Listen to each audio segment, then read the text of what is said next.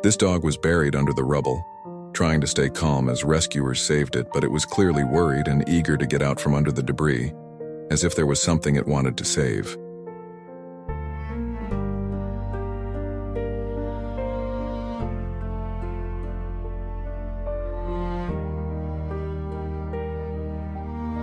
When it was finally pulled out, the rescuers were shocked to find that the dog's puppies were also buried under the rubble.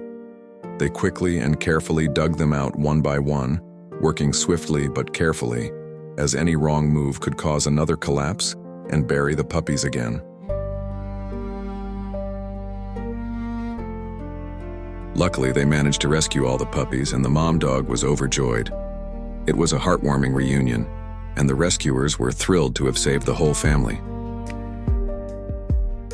Want more stories like this? Subscribe to my channel, Lords of History.